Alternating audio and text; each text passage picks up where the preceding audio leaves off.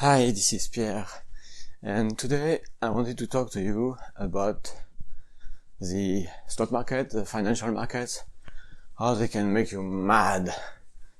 They can make you go crazy. They can drive you up the wall. They can make you go nuts. This they do to me. And I'm talking about this because if you're interested in this, you probably know that there are a number of assets that are just increasing rapidly. I mean, they're kind of like a bubble. Maybe they're completely like a bubble. Yeah, I'm talking about all the commodities, copper, also the cryptocurrencies like Bitcoin, things like Tesla. Yeah, so, and it can make you go crazy if you are like me.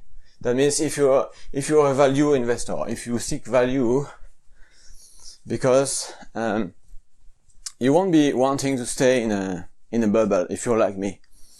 So here's what happened to me. Just a few days ago, basically, I sold some shares I had in the copper producer Antofagasta, and I feel bad about it, I sold them on Thursday. I still feel bad about it. Why? Because, I mean, this share has been going up and up and up and up as copper prices were going up and up and up. And so I sold them and I made money, of course.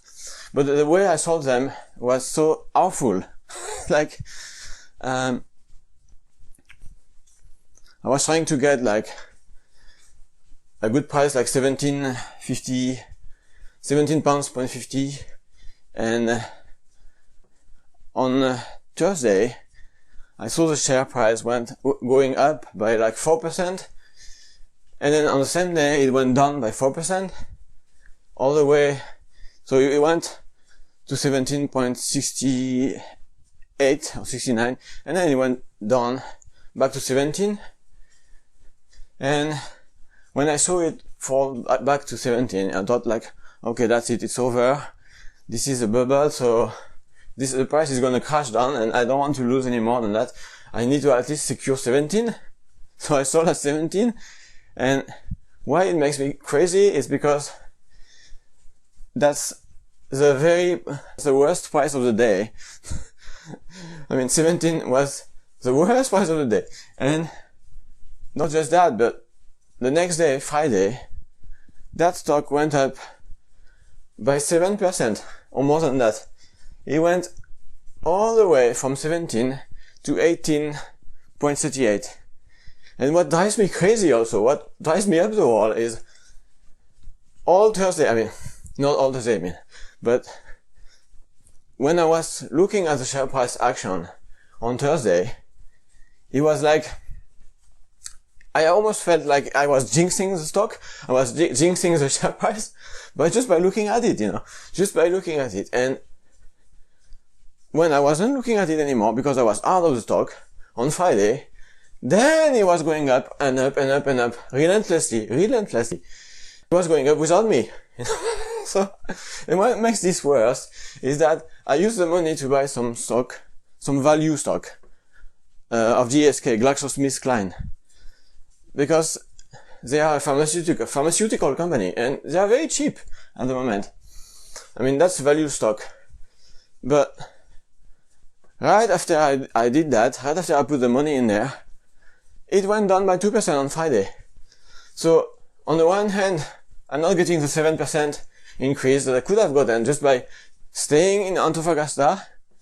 And on top of that, the money I put into GSK went down by 2%. So, yeah, I mean, that's really bad. But that's the thing, I think it happens to all value investors. Because, like I said, if you're like me, you don't want to stay in an asset that just appreciates tremendously and do nothing about it. I mean, you're gonna want to jump out. You want to jump out of the train before it before it corrects, because I think copper will correct. And when it does, it will be nasty. You know, it will be nasty. It will be nasty for the share prices associated with that, for the mining companies like Antofagasta. And the same thing happened to me about a year ago. I mean, in March 2020. Basically, I had some gold, and I saw the price increase, you know, because of the, the healthcare crisis and the fact that oil prices were really crashing. So gold was going up that time, and you could get a good price. So, and I wanted to invest into oil shares. So I sold my gold at that time. But right after I sold the gold, it went up by like 10%, 15%, and then 20%. And it's almost like, what the heck? What is happening? You know, it feels like you're cursed, or if it feels like you're choosing the worst possible time to sell. You know, but really, it wasn't such a bad move. I mean, especially because now, I mean, the price of gold has gone down again, and it's actually less than what I got it, than the price I got. And, and really it wasn't a bad move, because I did make some profit. So it's just a reflection of being afraid of your asset losing the value that it's got, really. And, it's a reflection of wanting to go into more stable assets or a safer place for your money. And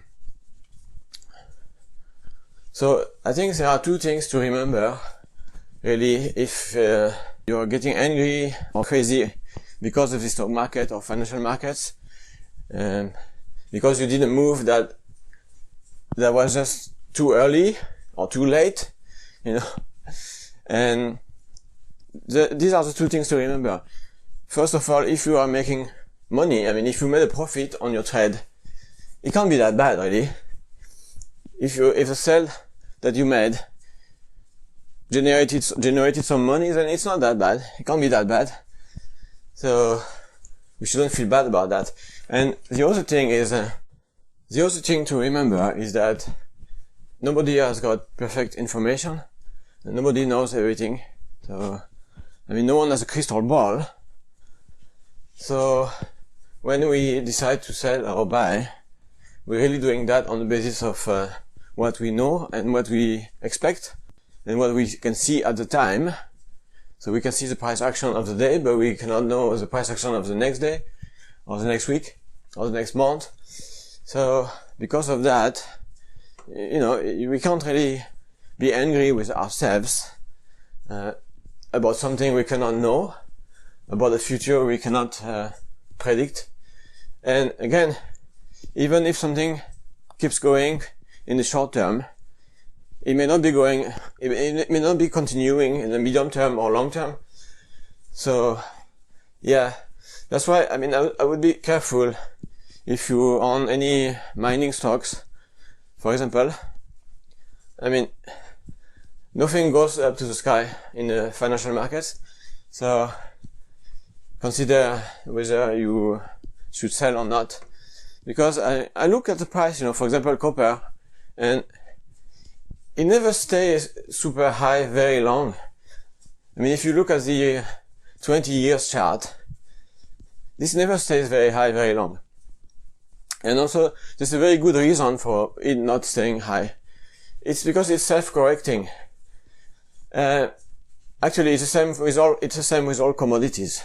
Whether it's oil, copper, whatever. It's always self-correcting in the sense that, like, if oil goes very low, like it did in March 2020, well, production will decrease. Less people will produce oil, you know. Less oil will go into the marketplace, and also because the prices will drop, there will be more demand. So you have this double whammy of more demand and less supply, less production, which automatically it corrects the price. so all goes back up. It always happens. And it's the same in the other direction. If an asset goes very high, whether it's copper or gold, you know, the higher the price, the more people want to produce this commodity. So, I mean, when copper is high, more and more production will take place. And that production will weigh on the price. So the price will go down. And even demand will go down also.